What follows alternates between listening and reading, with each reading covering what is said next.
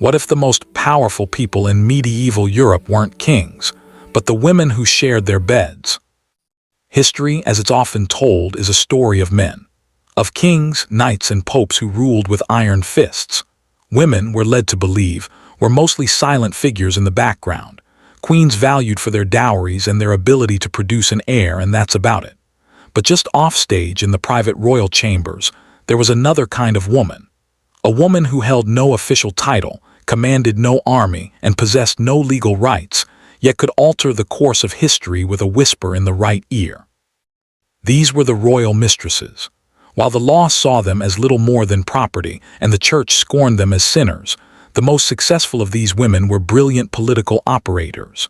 They were spies, advisors, and kingmakers who wielded immense influence from the one place a queen couldn't always command, the king's heart. Their lives were a high-stakes gamble. The rewards were unimaginable wealth and power, but the price of failure was often exile, public humiliation, or even death. These are the stories of the women who refused to be silenced, who played the game of thrones and became the secret power behind it. Our first story kicks off not with a princess, but with a woman of mysterious and probably humble origins. Her name was Alice Perrers, and in the 14th century she would become one of the most powerful and hated women in England. Alice entered the court of King Edward III not as a noble, but as a lady-in-waiting to his wife, Queen Philippa. Around 1364, with Alice in her teens and the king in his 50s, their affair began, kept secret until the queen's death 5 years later. With Philippa gone, the aging king grew completely dependent on Alice. She wasn't just his lover, she was his confidant and chief advisor, and her influence became absolute. And what an influence it was! Alice wasn't just looking for affection, she craved power and, more than anything, wealth. As King Edward's health declined, Alice's grip on the kingdom tightened. She was showered with gifts, including jewels that had once belonged to the late queen, and she amassed a staggering fortune. Through her own sharp business sense and gifts from the king, she eventually controlled dozens of manors and properties across 25 counties. She grew so powerful that in 1375 she was paraded through London, dressed in gold, as the Lady of the Sun, a spectacle designed to command the court's respect. But her ambition was boundless. In her most audacious move, Alice started interfering in the nation's courts of law. She would actually sit in on legal proceedings to intimidate judges and secure favorable verdicts for her friends or for those who paid for her help. This was power made shockingly public, and the male-dominated court was horrified. Chroniclers at the time, likely egged on by her enemies, claimed she used sorcery to enchant the king. It was just easier to believe in witchcraft than to accept that a woman of her station could be so cunning. The backlash was inevitable. In 1376, a furious parliament known as the Good Parliament had her banished and stripped of her lands.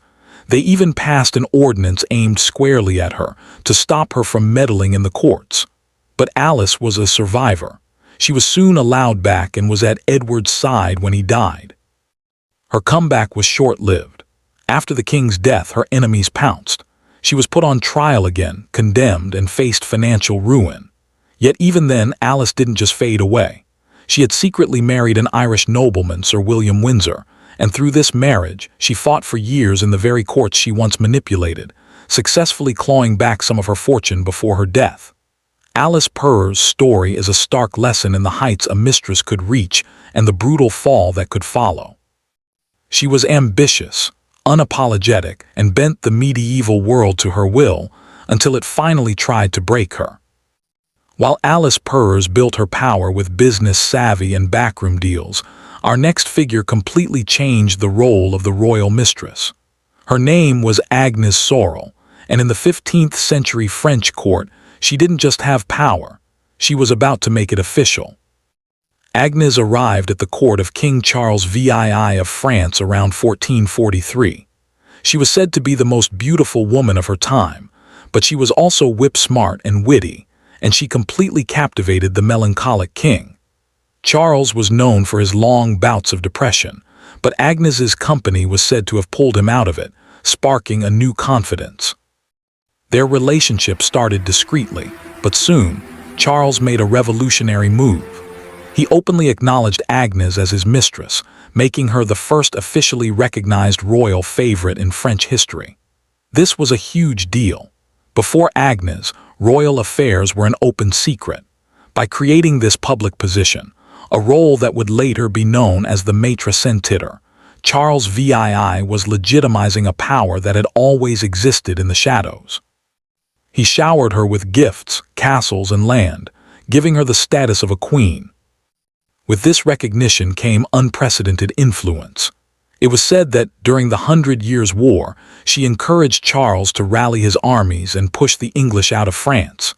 She even got her own portable altar from the Pope, a privilege that let her hear Mass anywhere she wanted. She also became a fashion icon, causing a scandal by popularizing daringly low-cut gowns at court. But this public power came at a steep price. Her extravagance and influence earned her powerful enemies, including the king's own son, the future Louis XI, who openly hated her. The court was a hotbed of jealousy, and many were scandalized by the king's public devotion. In 1450, while pregnant with her fourth child, Agnès traveled to join the king on a military campaign. There, she suddenly fell ill and died at the age of just 28. The official cause was dysentery, but rumors of poison spread like wildfire. Was it the king's resentful son? Or another rival? Modern analysis of her remains found she died of mercury poisoning, but it's impossible to know if it was murder or a misguided medical treatment of the time. Agnès Sorel's short life forever changed the game.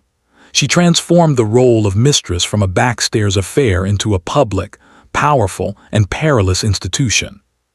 For a royal mistress, power was a fragile thing, tied completely to the king's life and love.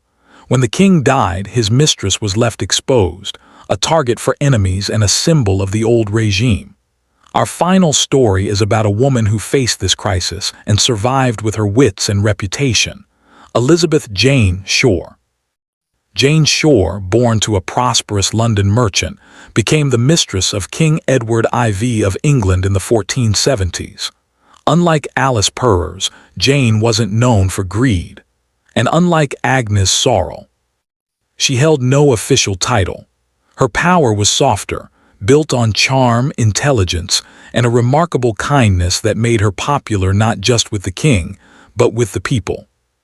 Contemporary accounts describe her as witty, lively, and irresistibly charming.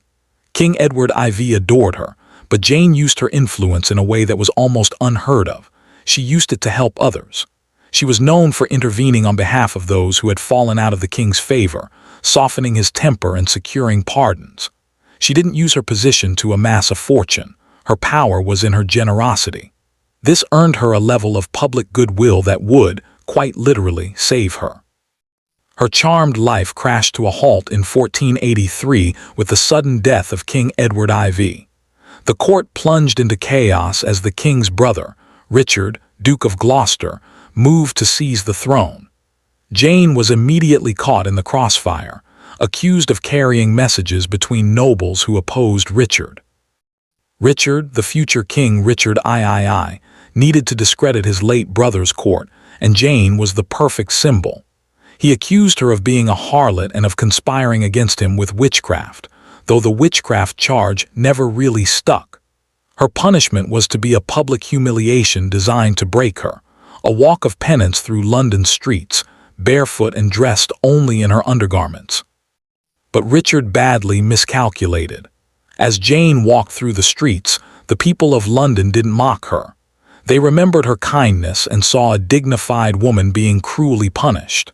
The spectacle actually turned public opinion against Richard, making him look vengeful. After her penance, Jane was thrown in prison, but her story wasn't over. Her famous charm even captivated the king's own solicitor, a man named Thomas Lynham, who fell in love with her, paid her fine, and married her. She lived the rest of her long life in quiet respectability, a testament to her incredible resilience. Jane Shore's story is the ultimate lesson in the precariousness of a mistress's power. It could vanish overnight, leaving a woman with nothing but her reputation to protect her. In Jane's case, the kindness she had cultivated was the only asset that truly lasted. The stories of women like Alice Perrers, Agnès Sorel, and Jane Shore have been whispered about for centuries, often dismissed as just tales of scandal. But their lives were so much more. If you found this dive into their hidden world of power fascinating, be sure to like this video and subscribe for more secret histories. And let us know in the comments which historical figure you want to see us uncover next. From the calculating Alice Perrers to the revolutionary Agnès Sorel and the resilient Jane Shore, the stories of medieval mistresses reveal a hidden dimension of power in a world supposedly run by men. These women were not passive players in the Game of Thrones. They were strategists, advisors, and survivors who understood that proximity to power was power. Legally, they were nobodies. Socially, they were scorned. But in the private chambers of kings, their influence was undeniable. They navigated a world of immense risk, where one wrong move could lead to ruin. Yet for a chance at security, status, and the power to shape their own destinies, they gambled everything. Their lives remind us that history is full of secret corridors, and sometimes the person with the most power isn't the one wearing the crown.